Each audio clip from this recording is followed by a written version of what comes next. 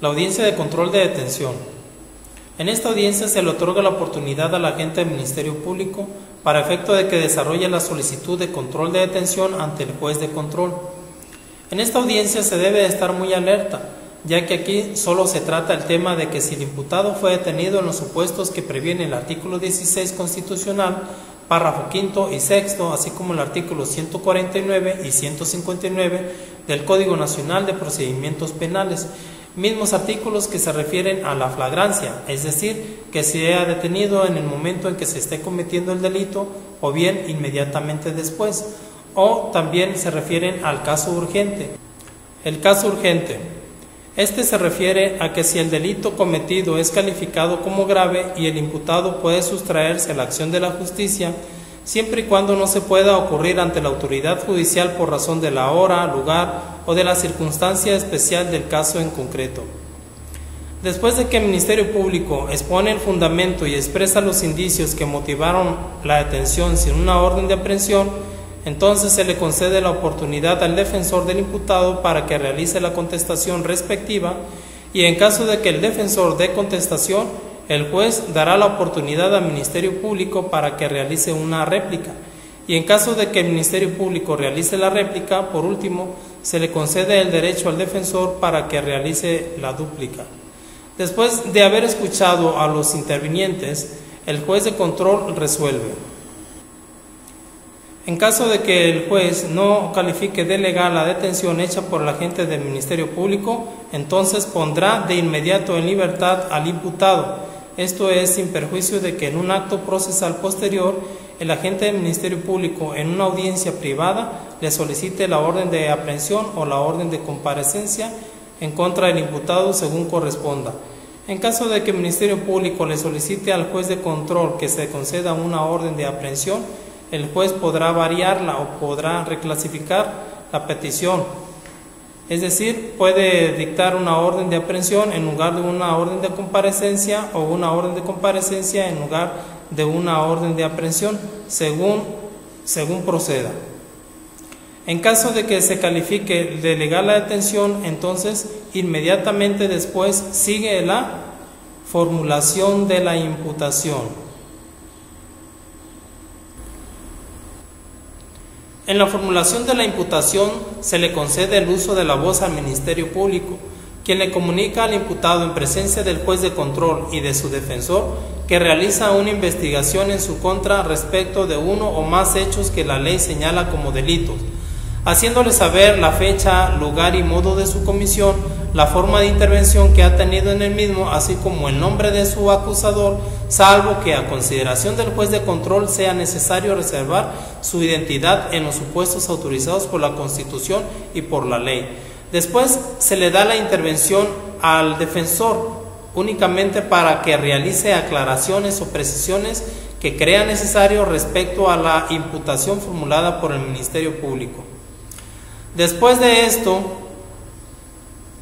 el juez le pregunta al imputado si entendió la imputación o no. En caso de que el imputado conteste que no entendió, el propio juez le explica, y en caso de que sí haya entendido, se procede a tomar la declaración preliminar. Aquí el juez de control le dice al imputado que tiene derecho a declarar si así lo desea. En caso de que no desee declarar, tal situación no puede ser usado en su contra, pero si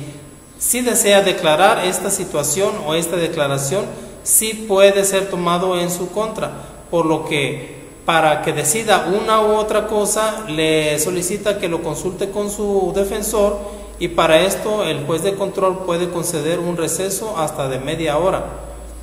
Cuando se trata de varios imputados, sus declaraciones serán recibidas sucesivamente, evitando que se comuniquen entre sí los imputados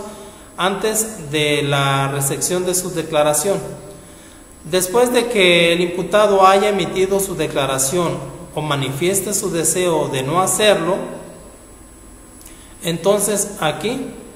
el agente del Ministerio Público solicita al juez de control la oportunidad para discutir medidas cautelares como como la procedencia de la prisión preventiva o cualquier otra medida cautelar, misma solicitud que debe de ser resuelta antes de que se resuelva su situación jurídica.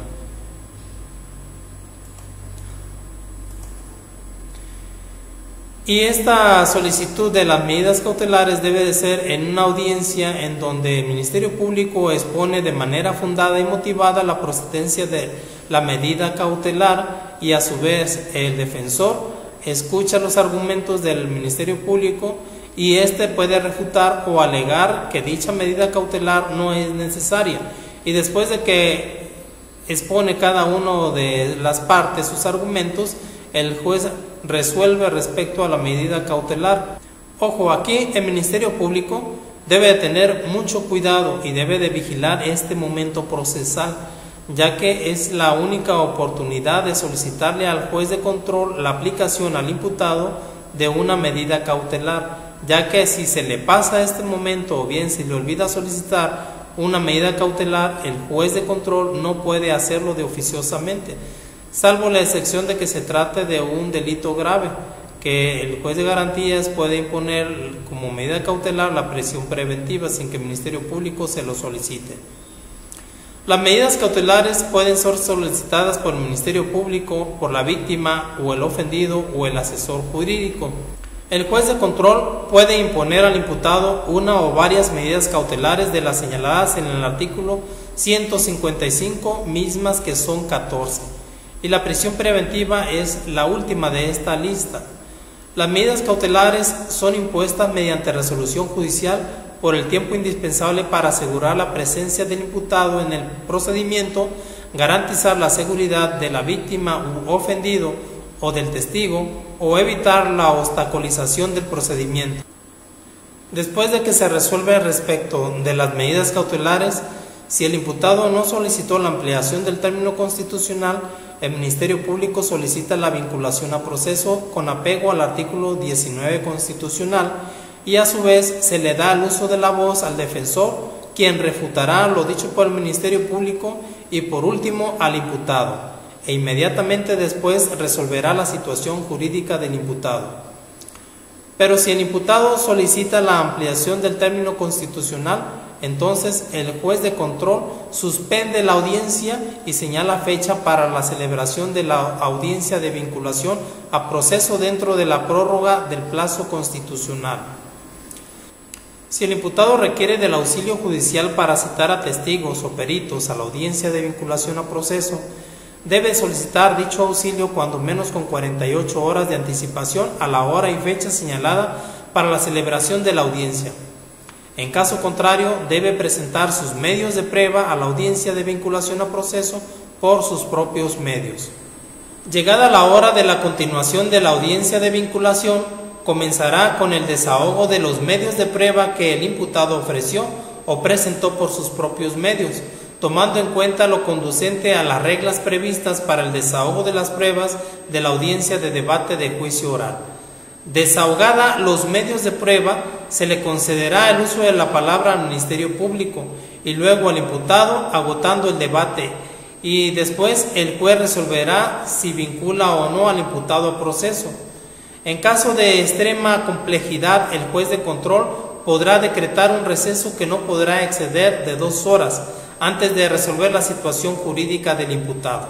En caso de que no reúna alguno de los requisitos para dictar un auto de vinculación a proceso, se ordenará la inmediata libertad del imputado, para lo cual revocará las providencias precautorias y las medidas cautelares anticipadas que se hubieran decretado. El auto de no vinculación a proceso no impide que el Ministerio Público continúe con la investigación y posteriormente formule una nueva imputación,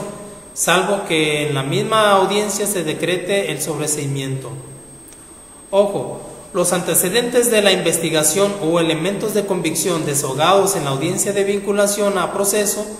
y que sirvan de base para el dictado del auto de vinculación a proceso y de las medidas cautelares carecen de todo valor probatorio para fundar la sentencia dentro del juicio oral. Las resoluciones judiciales donde se dictó la vinculación a proceso al imputado debe de ser por escrito también, después de haberla pronunciado de forma oral.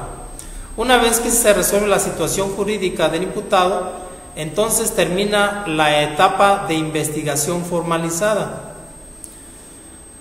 Y aquí es donde se entra la parte conocida como plazo para la investigación complementaria dentro de la parte de desarrollo de la audiencia inicial.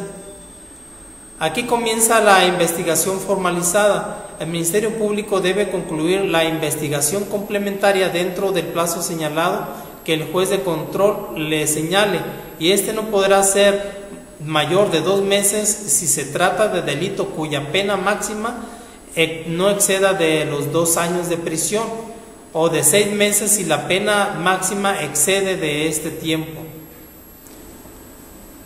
Una vez que se ponen de acuerdo respecto del plazo de la investigación complementaria o investigación formalizada, el juez pregunta a los sujetos procesales si tienen algo más que manifestar, y a este momento procesal se le conoce como últimas materias. Los sujetos procesales pueden contestar ante esta pregunta que solicitan la autorización de copia de registro de videograbación del acto procesal o, en su defecto, del acta mínima levantada por el auxiliar de sala. Después de escuchar a los sujetos procesales, el juez de control resuelve las peticiones. Una vez que el juez de control se ha cerciorado de que no existe ninguna otra solicitud o petición de los intervinientes, declara cerrada la audiencia, y con este cierre de audiencia termina la audiencia preliminar o audiencia inicial.